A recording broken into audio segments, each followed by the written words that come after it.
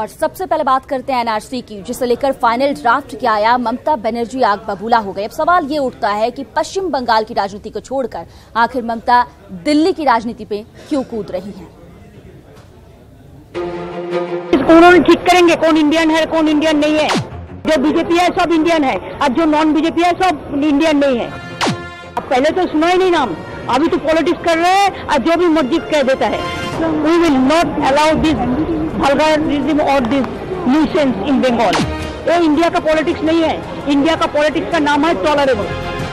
असम शांत है, वहाँ के लोग आज भी पहले की तरह ही रोजमर्रा के अपने काम में लगे हैं। जिनके नाम एनआरसी में शामिल हैं वो भी जिनके नाम एनआरसी में शामिल नहीं हैं। यहाँ तक कि पूर्व राष्ट्रपति फखरुद्दीन अली अहमद के भतीजे तक जिनके नाम नहीं है, बस वो उस मौके का इंतजार कर रहे हैं जब उनके दावों पर फिर सुनवाई होगी।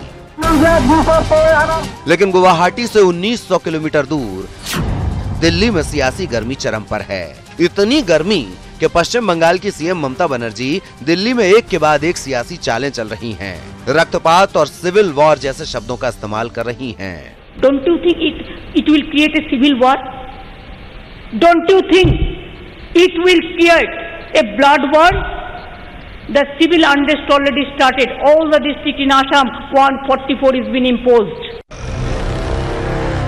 जब असम में सब कुछ शांत है तो सवाल ये उठता है कि पश्चिम बंगाल की सीएम ममता बनर्जी गुस्से में क्यों हैं? एनआरसी और सरकार की सफाई पर भी दीदी को भरोसा क्यों नहीं है? सुप्रीम कोर्ट पर भी सीएम ममता बनर्जी भरोसा क्यों नहीं कर पा रही? सिविल वॉर और रक्तपात जैसे शब्दों से क्या जताना चाहती हैं दीदी, या फिर कुछ छिपाना चाहती हैं दीदी? उनकी लापरवाही और उनके सिस्टम की नाकामी जगजाहिर न हो जाए, इसीलिए बीजेपी को डराना चाहती हैं दीदी। आइए बताते हैं क्या है वो राज जिसे छुपाने के लिए ममता बनर्जी ने गुस्से की चादर ओढ़ ली है। दरअसल असम में रह रहे पश्चिम बंगाल के लोगों की पहचान बताने में नाकाम रही हैं ममता बनर्जी। एनआरसी की ओर से भेजे गए दस्तावेजों की जांच में सबसे पीछे रही है पश्चिम बंगाल की सरकार। अपने प्रदेश के लोगों की जानकारी जुटाने में सबसे पीछे रही है पश्चिम बंगाल की सरकार। जी हाँ, सही सुना आपने। असम में पश्चिम बंगाल के जो लोग रहते हैं और जिन्होंने एनआरसी को अपने पश्चिम बंगाल में होने के कागजात सौंपे थे, पश्चिम बंगाल की सरकार उन कागजातों की जांच ही नहीं कर पाई। एनआरसी से 1.14 लाख लोगों के दस्तावेज वेरिफिकेशन के लिए पश्चिम बंगाल भेजे गए थे। पश्चिम बंगाल की सरकार महज 6% लोगों के दस्तावेज ही वेरीफाइड कर पाई। इसका मतलब यह है कि 1 लाख से ज्यादा लोगों को ममता बनर्जी की सरकार ने अपना मानने से इनकार कर दिया। आपको बता दें कि एनआरसी की पहली लिस्ट में 5 लाख लोगों के नाम तो सिर्फ इसलिए नहीं थे कि उनके मूल प्रदेश की सरकार उनके दस्तावेज जांच ही नहीं कर पाई, और फाइनल ड्राफ्ट आते आते ये संख्या कई गुना बढ़ गई। पश्चिम बंगाल के अलावा बिहार, चंडीगढ़, मणिपुर और मेघालय की सरकार भी है जो अपने 100% नागरिकों की पहचान करने में नाकाम रही हैं। लेकिन गुस्सा सिर्फ पश्चिम बंगाल की मुखिया को आया है। इसकी वजह है लोकसभा चुनाव, जिसे लेकर ममता बनर्जी वोट बैंक की राजनीति कर रही हैं, धर्म और जाति में देश को बांट रही हैं और बीजेपी के खिलाफ अन्य दलों से सियासी मीटिंग कर 2019 के लिए वोट बैंक का माहौल तैयार कर रही हैं। सच तो यह है कि ममता बनर्जी से अपना राज्य संभल नहीं रहा और पीएम बनने का सपना देख रही हैं। Bureau report, news 18 network.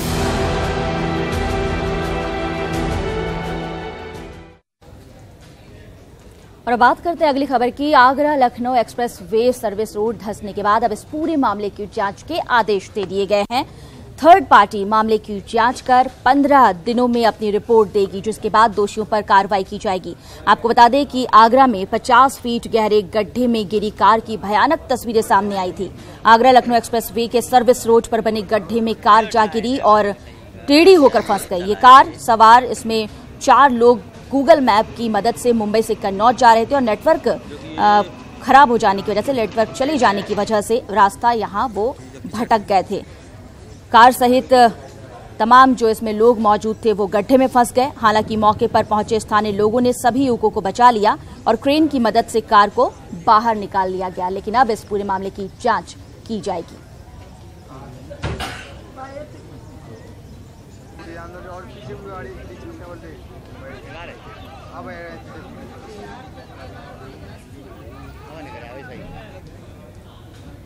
दरअसल इस पूरे मामले में बात ये सामने आई कि पीएनसी कंपनी जो यहाँ निर्माण करा रही थी सड़क का, उसके निर्माण में गड्ढे ही गड्ढे थे। तमाम जगहों पर जहाँ जगह भी निर्माण कराया गया वहां पर कमियां पाई गई। ये कंपनी आगरा के मेयर नवीन जैन की कंपनी है। इसी कंपनी ने पहले रिंग रोड का निर्माण करवाया था जिसमें भी गड्ढे पाए गए थे। तो आपको बता दें कि एक्सप्रेस वे में पीएनसी कंपनी काम कर रही है और इसके काम में कई खामियां पाई गई। अब जब जांच की जाएगी तो इस कंपनी पर जाहिर सी बात है कि बड़ी कार्रवाई की जाएगी। ये कंपनी आगरा के मेयर नवीन जैन की कंपनी बताई जा रही है। इसी कंपनी ने पहले इनर रिंग रोड का काम किया था और वहां पर भी कई कमियां पाई गई।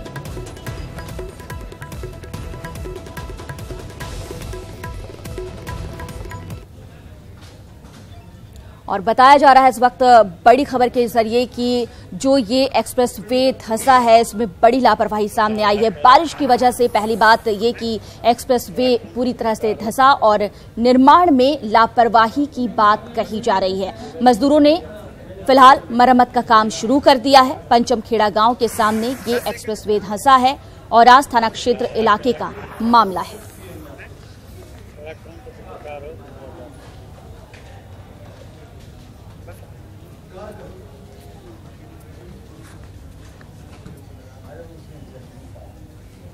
अगली खबर की बात करते हैं। आपको बता दें कि हरिद्वार में डूबते कांवरियों के लिए आज जल पुलिस भगवान साबित हुई है। दरअसल आज सुबह जब कांगड़ा घाट पर नहाते समय गंगा की तेज धारा में 2 कांवड़िए बहने लगे तो घाट पर तैनात जल पुलिस के जवानों ने गंगा में छलांग लगा दी और नदी की तेज धाराओं को चीरते हुए युवक को बचा लिया, जिसकी एक्सक्लूसिव तस्वीरें आपके स्क्रीन पर इस वक्त है।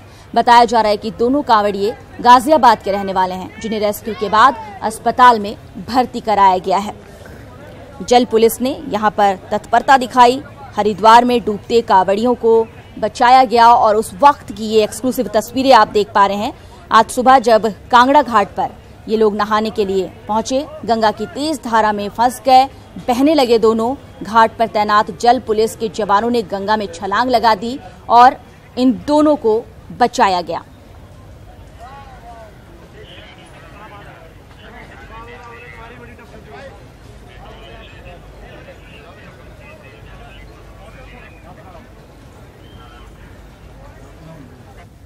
अगली खबर भी हरिद्वार से ही है, जहां पर एक महिला ने यहां गंगा में छलांग लगा दी। आपको बता दें कि कैंसर से पीड़ित थी ये महिला और सिंहद्वार पुल से कूदकर आत्महत्या इसने कर ली है। जल पुलिस ने कुछ ही दूरी पर महिला को निकाल बाहर किया, लेकिन महिला ने अस्पताल में पहुंचने से पहले ही दम तोड़ दिया।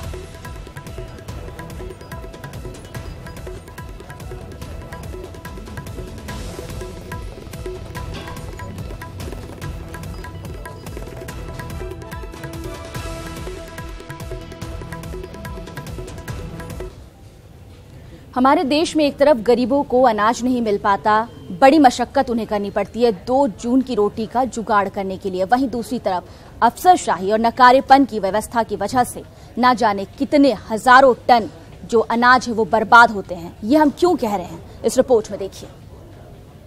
कुशीनगर में दिखी पुलिस की लाचारी। ग्रामीणों ने पहले दरोगा को दौड़ाया, फिर एसओ को भी कमरे में किया कैद। घंटों तक चला हाई वोल्टेज ड्रामा।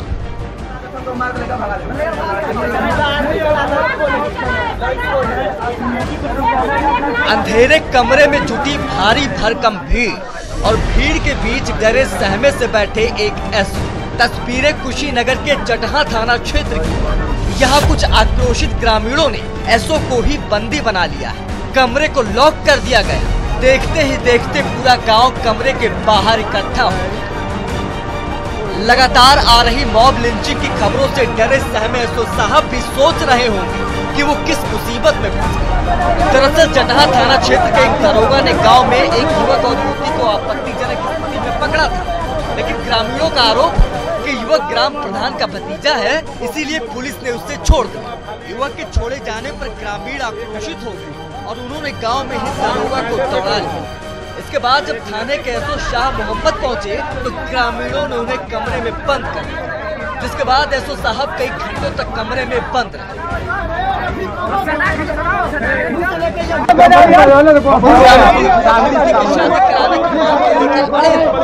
घंटों तक चले हाई वोल्टेज ड्रामे के बाद मौके पर पटौड़ा कोतवाली की पुलिस पहुंची और ग्रामीणों को जैसे तैसे समझा बुझाकर एसओ शाह मोहम्मद को उनकी कैद से आजाद कराया। न्यूज़ 18 के लिए कुशीनगर से अशोक शुक्ला की रिपोर्ट।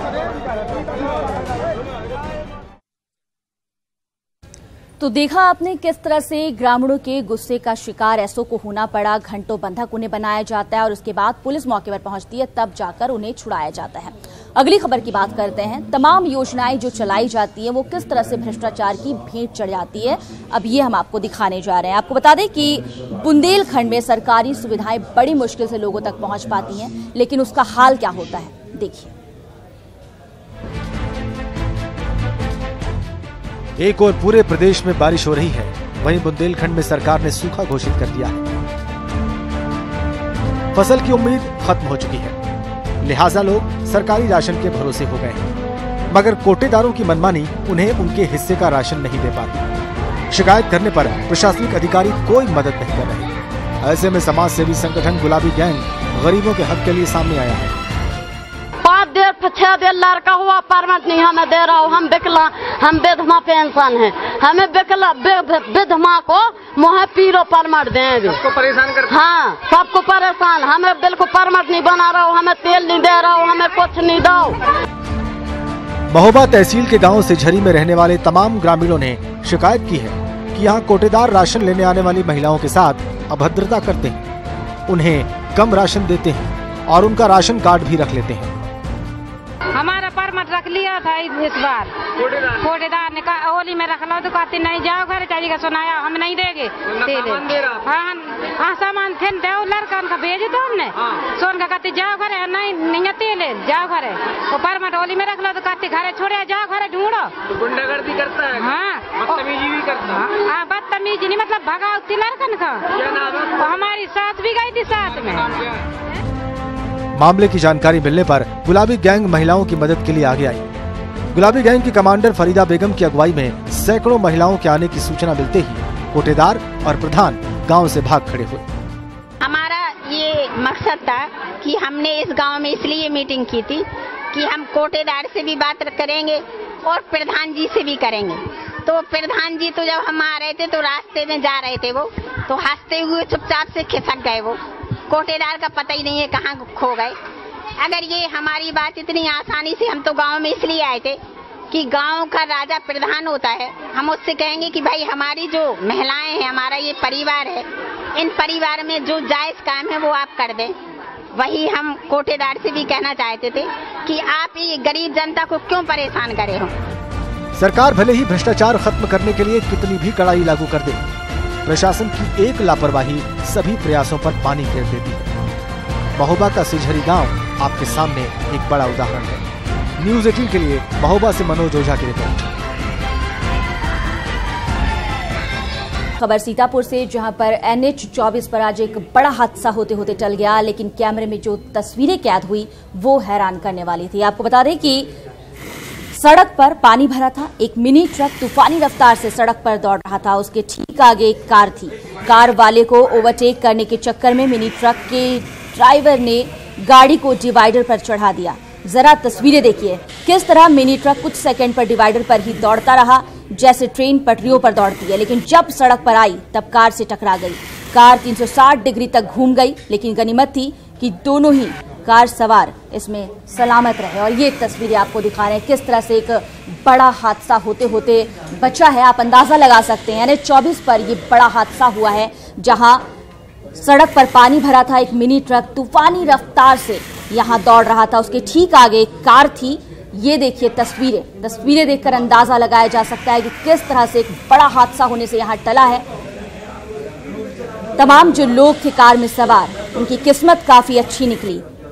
कार वाले को ओवरटेक करने के चक्कर में मिनी ट्रक के ड्राइवर ने गाड़ी को डिवाइडर में चढ़ा दिया और किस तरह मिनी ट्रक कुछ सेकंड तक डिवाइडर पर दौड़ता रहा, उसकी तस्वीरें भी आप इससे पहले देख पा रहे थे।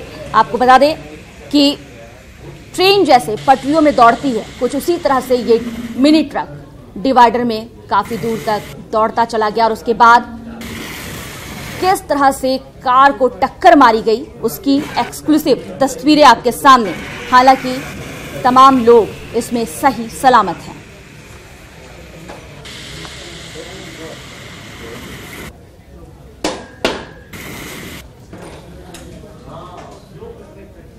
और अब बात करते हैं जम्मू कश्मीर की, जहां पर आतंकियों के खौफ का अंदाजा इसी बात से लगाया जा सकता है कि वो जवानों को नौकरी छोड़ने की धमकी दे रहे हैं। ऑपरेशन ऑल आउट चलाया जा रहा है और उसका असर ये है। एक रिपोर्ट।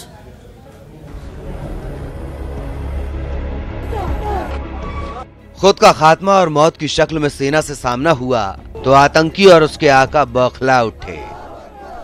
जम्मू कश्मीर में जांबाज जवान आतंकियों को जहन्नुम पहुंचाने में लगे हैं, चुन चुन कर उनको मौत की नींद सुलाने में लगे हैं। यही वजह है कि खुद की मौत से डरकर अब ये दहशतगर्द वतन परस्त जाबाजों को नौकरी छोड़ने के लिए हत्या की धमकी दे रहे हैं। आए दिन कायर आतंकी पुलिस वालों और सेना के जवानों को चोरी छिपे निशाना बना रहे हैं। सेना से सामने आकर मुकाबले की औकात नहीं तो कायरों की भांति पीछे से घर में घुसकर जवानों को निशाना बना रहे हैं। सोमवार को भी हथियार बंद आतंकियों ने 3 पुलिस वालों के घर में घुसकर उन पर हमला कर दिया।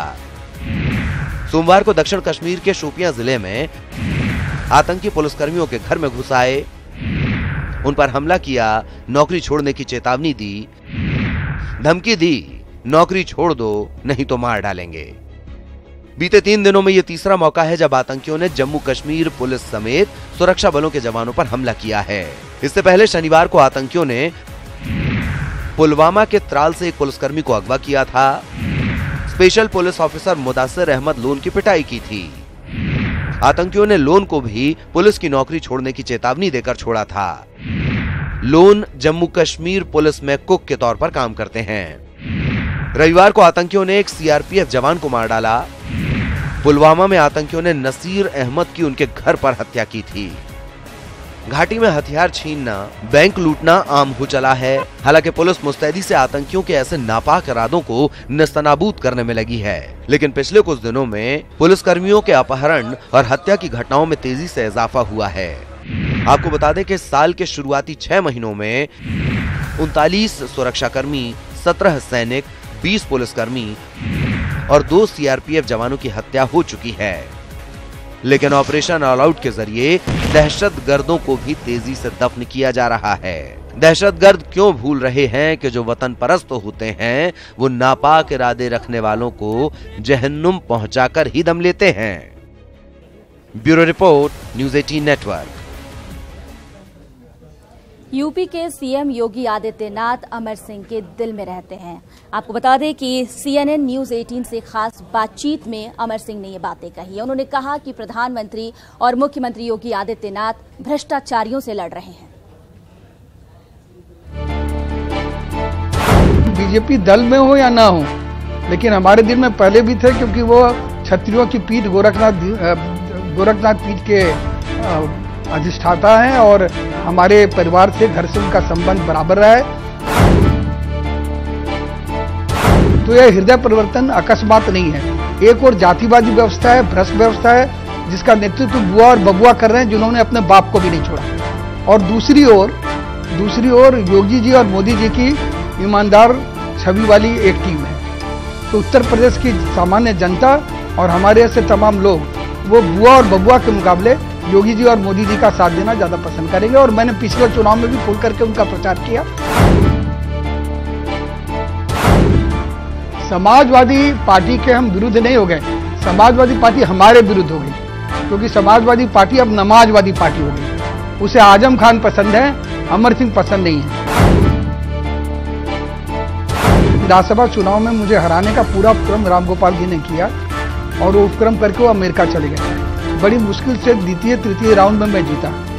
उसके बाद से समाजवादी पार्टी में मेरी स्थिति अच्छी नहीं रही, क्योंकि रामगोपाल, अखिलेश यादव और आजम खान की टिकड़ी की इच्छा के विरुद्ध मुझे मुलायम सिंह लाई थी और मुलायम सिंह खुद भी निकाल दिए गए और अपने पदों से वंचित कर दिए गए। और मुझे भी मुलायम सिंह का साथी होने के कारण अंतिम समय तक मैं मुलायम सिंह जी के साथी रहा।